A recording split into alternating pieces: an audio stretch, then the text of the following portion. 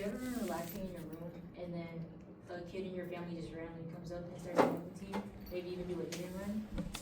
Well, there was a man who knew exactly why this happened, and his name was Eric Erickson.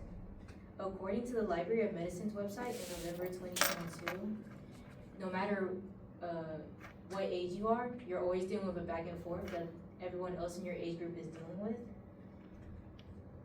And he was a psychoanalyst who created the theory we call Eric Erickson's psychological theory. And I believe this is important to you all because I know a lot of people in the Los Angeles area have younger siblings, cousins, nephews, nieces. And besides looking at my own family as references for each stage, I passed Child Development 101 under LA Trade Tech with an A. And I want to show that while two of the highlighted stages are very identical when explained, that they're very unique in importance. First, I'll be explaining stage 2, which is also known as autonomy versus shame and self-doubt. And according to Kendra Sherry, in a January 2026 article on the Very Well Mind website, this stage lasts from ages 1 to 3. Some examples include kids starting to pick their own clothes, create their own preferences when it comes to like toys, what they want to eat, where they want to go.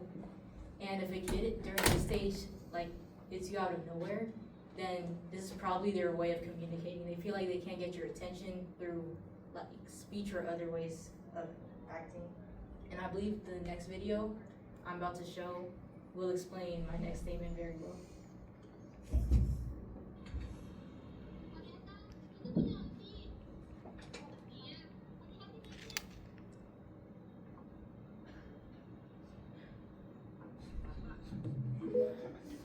Okay, now what's most intriguing to me about this stage is that kids start off like at the age of 1 with an insane amount of confidence, but their skills aren't really developed yet. They gotta still learn how to properly grab items, and like they've just learned how to grab, run, do like simple stuff. So despite the fact the kid thought he could carry the orange juice all the way to the table, he probably doesn't have enough hand grip experience in order to keep on holding it until he got to his destination. And so other reasons he could have dropped it is like he just learned how heavy the item was, and he just got bored.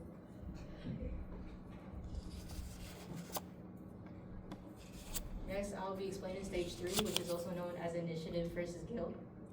And during this stage, children are a bit more social. They see themselves as managers who need to control tasks in order to complete their goals. And online, examples of this stage include like kids forcing their dads to like dress up, or like getting stuck in the washer trying to do clothes. And if a kid during the stage randomly starts talking to you, they'll probably ask you to do something for them. And helping them during this stage, like going along with their games, can help with their leadership, organization, and articulation skills. And now I'll be talking about the differences between the 2 stages.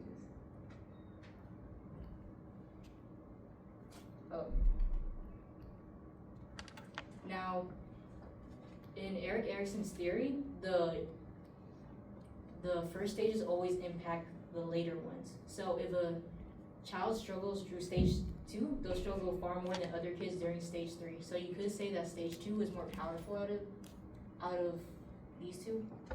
And another difference is that children in stage 2 tend to stick more to themselves. If you'll notice, like the actions I mentioned as examples of stage 2 have to do with the kid themselves, like what they like to eat, what they like to do. But the actions I stated in stage 3 were more about how they deal with other people and how they learn how to interact. So while kids in stage 2 act more reserved, you'll see a jump in what seems to be their personality during stage 3. The reason that kids in these stages also choose to grow is also very different. Stage 2 kids choose to grow because of their newfound confidence and realizations. They realize they could like wholesale, they realize they can move faster. So that gives them like a boost in confidence, and that's why they want to learn. For kids in stage 3, it's their openness to the world and their cognitive skills. They start seeing the world more than what they can do. They also see like what other people can do for them and with them. So that's why they choose to learn how to deal with people. And something I want you to take away from this presentation is like empathy, because I want you to think about a time when you were a kid and you wish you had like a bit more understanding. And I want you to take that memory plus what you learned in the slide to help like maybe a younger person in your life.